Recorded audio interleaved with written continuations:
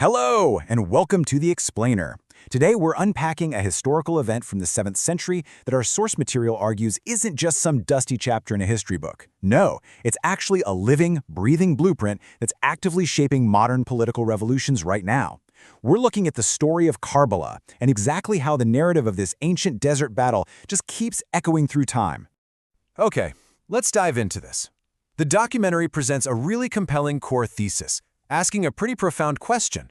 How exactly does a skirmish that happened well over a millennia ago serve as a framework for modern resistance? Well, to understand the protests and political movements we see on our screens today, the source argues we first have to thoroughly understand the immense ideological clash that took place on the sands of Karbala. Section 1. The Refusal of Allegiance. So, to really set the stage, the narrative takes us back to the origins of this conflict, right after the death of the ruler Muawiyah. We're introduced to a stark contrast between two central figures. On one side, you've got Yazid, who had just taken power. He's described as a leader who knew the people wouldn't naturally support him, so he resorts to demanding allegiance by force, essentially at the point of a sword. And then on the other side, you have Imam Hussain, the grandson of the Prophet. He absolutely refused to pledge his allegiance to a ruler he viewed as unjust and completely corrupt. This fundamental refusal to submit, that's the spark that ignites this entire story. Because of the intense pressure to submit, Hussein actually moved his family to Mecca for safety. And while there, something incredible happens. He starts receiving letters from thousands of people in the city of Kufa, basically begging him to come lead them against Yazid. To figure out what's really going on, Hussein sends an envoy, Muslim bin Aqil. Upon his arrival, that envoy is welcomed enthusiastically, receiving over 18,000 pledges of support from the people of Kufa who promised they'd stand with Hussein. Section 2. The journey to Karbala. As the physical journey towards Kufa begins, the risks rapidly escalate. If we track Hussein's geographic progression, we see he left Medina, stayed in Mecca for several months, and then, after learning of assassination plots against him, departed for Kufa. But here's where a tragic turning point occurs. Yazid caught wind of the rebellion and replaced Kufa's governor with a ruthless leader named Ubaydullah bin Ziyad. Through deception and brutal crackdowns, Ziyad completely crushed the movement in Kufa, even executing Hussein's envoy. Hussein, who's already on the road, is intercepted and forced to halt his journey in a barren desert known as Karbala. Now, what's really interesting about this slide is this incredibly small number, 70 to 80. Hussein wasn't traveling with a massive, well-equipped military force. His caravan consisted of only a few dozen individuals. And this wasn't some elite battalion of fighters. This group was primarily made up of his family members, including women and young children, alongside a few deeply loyal companions. Compare that to a staggering 30,000. The overwhelming numerical disparity becomes immediately clear, right? Opposing Hussein's tiny caravan was an army commanded by Umar bin Saad that rapidly swelled to 30,000 soldiers. The source notes that the army actually kept requesting reinforcements specifically because of the legendary bravery of Hussein's companions, particularly his brother Abbas. Section 3. The Siege and Thirst. This brings us to the caravan's arrival at Karbala, where the tone of the documentary becomes deeply somber. The brutal siege tactics employed to force Hussein's submission centered on one really agonizing method: the weaponization of thirst.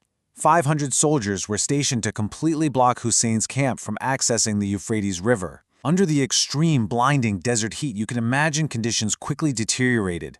Children cried for water, and women literally fainted from dehydration.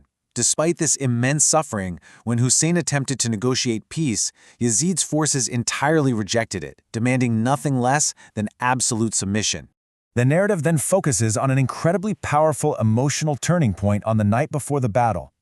Knowing death was certain, Hussein gathers his 70-odd companions, releases them from their pledges, and actually extinguishes the lamp in the tent, giving them the cover of darkness to flee and save themselves. Yet, when the lamp is relit, not a single person had abandoned him. Section 4. The Day of Ashura. This absolute loyalty leads us right into the 10th of Muharram, the climax of the historical narrative where the battle actually takes place. The source recounts a tragic, chronological sequence of sacrifices, describing how Hussein's loved ones fell one by one. His son Ali Akbar charged into battle. His young nephew Qasim fought with incredible bravery. Special emphasis is placed on Abbas, who fought his way through the massive army to the river to get water for the children. But, remembering the thirst of his family, he refused to drink a single drop himself, only to be struck down on his way back to the tents, with both of his arms severed. With his companions gone, the source describes how Hussein brought out his incredibly thirsty 6-month-old infant son, Ali Asghar. He pleaded with the opposing army for just a single drop of water for the baby. Instead of water, the baby was met with a fatal arrow. Section 5. The Ultimate Sacrifice. With his family gone, the documentary prepares us for the final moments of Imam Hussein's isolated stand against an army of thousands.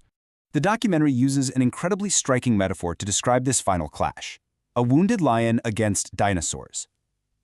Despite suffering from severe dehydration, profound grief, and numerous wounds, Hussein fought fiercely alone. According to the source, he struck such fear into the thousands surrounding him, moving through their ranks with such intensity that commanders had to order a long-range barrage of arrows because absolutely no one dared to face him in close combat. The historical recounting concludes with a really grim aftermath. Hussein ultimately fell under the shower of arrows and was beheaded.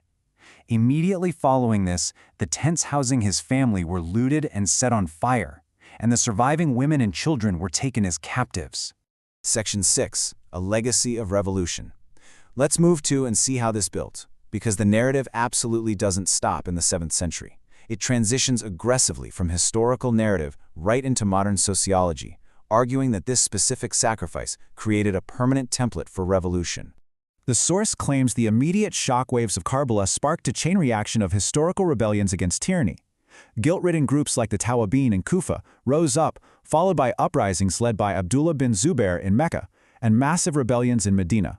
Ultimately, the eventual total collapse of the Umayyad dynasty at the hands of the Abbasids is linked directly back to the revolutionary momentum generated by Hussein's death.